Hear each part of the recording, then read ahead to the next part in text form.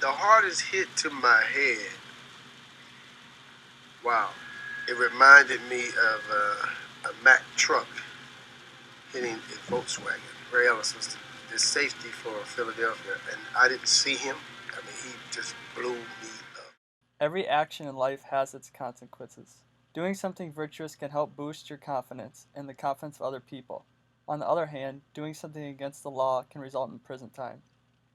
In these situations, it's easy to weigh the options and make a decision. On the other hand, what if something happens when you do not know the consequence could be possible? Every single person who puts a helmet and pads on asks himself the same question. From July to January. Play 65 snaps a game. You start and finish 177 ball games. Let's just add up the damage. The collateral damage is there. Hall of Fame running back Tony Dorsett, Hall of Fame guard Joe DeLamielleure, and former All-Pro defensive end Leonard Marshall played a combined 37 years in the NFL. They endured countless blows to the head and say they still deal with the consequences. One consequence football players have from elementary school to professionals is the risk of getting a concussion. Concussions are a major problem in the sports of football. The chronic headaches, the fogginess at times, my erratic behavior. The least little thing ticks me off. I never sleep more than 3 or 4 hours a night. Anxiety attacks, depression. My quality of living deteriorates on a daily basis. This is not me. This is not TD. This is not Anthony Drew Dorsett. You're not the same person. NFL expects 1/3 of retired players to develop long-term cognitive problems. NFL players are 4 times more likely to develop Alzheimer's and ALS. NFL players' median age at death is 57. The American Journal of Sports Medicine said 4 out of every 1,000 high school football plays resulted in a concussion. According to CBS Sports, at the professional level, more than 61% former players had concussions during their time in the league. The 3 retired stars were recently tested for chronic traumatic encephalopathy, or CTE, a brain disease triggered by head trauma and linked to memory loss, depression, and dementia. Each level of competition treatments for concussions are different. In high school, concussions are an extremely common injury, but when it comes down to it, there is not always trainers that know how to deal with this type of injury, and you are most likely to get thrown back in the game without realizing you had a concussion. One school in Colorado is taking extra steps when a player has a concussion by making their practice first with no pads and easing their way back out into the field. Dorsett, DeLamielleure, and Marshall discussed their lives today. Dorsett said he's prone to outbursts at his wife and daughters. It's painful, man, for my daughters to say they're scared.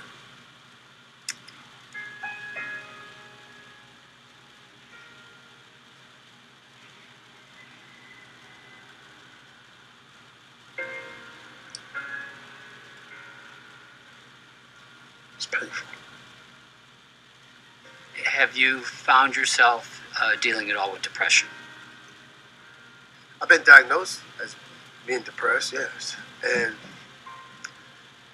I'm like, I'm in denial. I said, I'm not depressed. What are you talking about? Clinically, I'm depressed. College players take more precaution when it comes to head injuries. When a football player has a concussion at the college level, they must undergo a balance and symptoms test. If the athlete is able to pass the test, they'll be given a computerized test called Impact that will determine if the athlete is able to play. The final test given to the athlete is if they are able to pass a conditioning test, which consists of multiple drills to see if the player is ready to return to the field. At their lowest moments, the 3 ex-players said they've had suicidal thoughts. Yeah, it's been there. It's been there. Let's just leave it at that. I've thought about crazy stuff. Sort of like, why do I need to continue going through this? I mean, I'm too smart of a person, I like to think, to take my life. But it's crossed my mind. Representative John Coyner is just one of the many fighting to change the rule and the regulations of football when it comes to injuries. but it is without question a constant battle because of the fact that so much is already being done to ensure safety of every football player, whether it be someone just strapping on their helmet for the first time or a veteran in the NFL. The main priority is to keep the athletes safe and allow them to play the game that they love and that we love to watch. I've had thoughts of suicide. Yeah, I do. I get them. It's kind of scary, isn't it? Damn right it's scary.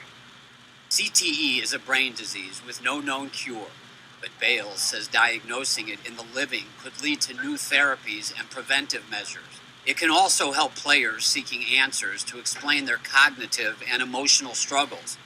On the day Delamalier was told that he had signs of CTE, he said he felt relieved. Football organizations from youth programs all the way up to the NFL are doing all they can to keep their athletes safe, but there are still many people and many groups that feel that there is still not enough being done to ensure the safety of these athletes. The facts are the facts. I got CTE. I played football until I was 35 years old, and I hit every day. Before his recent diagnosis, Dorsett spoke about how he might cope with having CTE.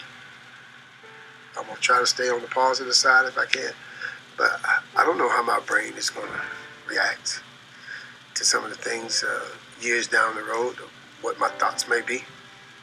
But I know at this point, I'm planning on being around for a while. Football is my favorite sport, so I wish they would be more careful on the field before injuries get too extreme and the sport is shut down. I know that no one is saying anything about shutting the NFL down, but in the future that may be a possibility if they don't take the necessary precautions. That's all, folks.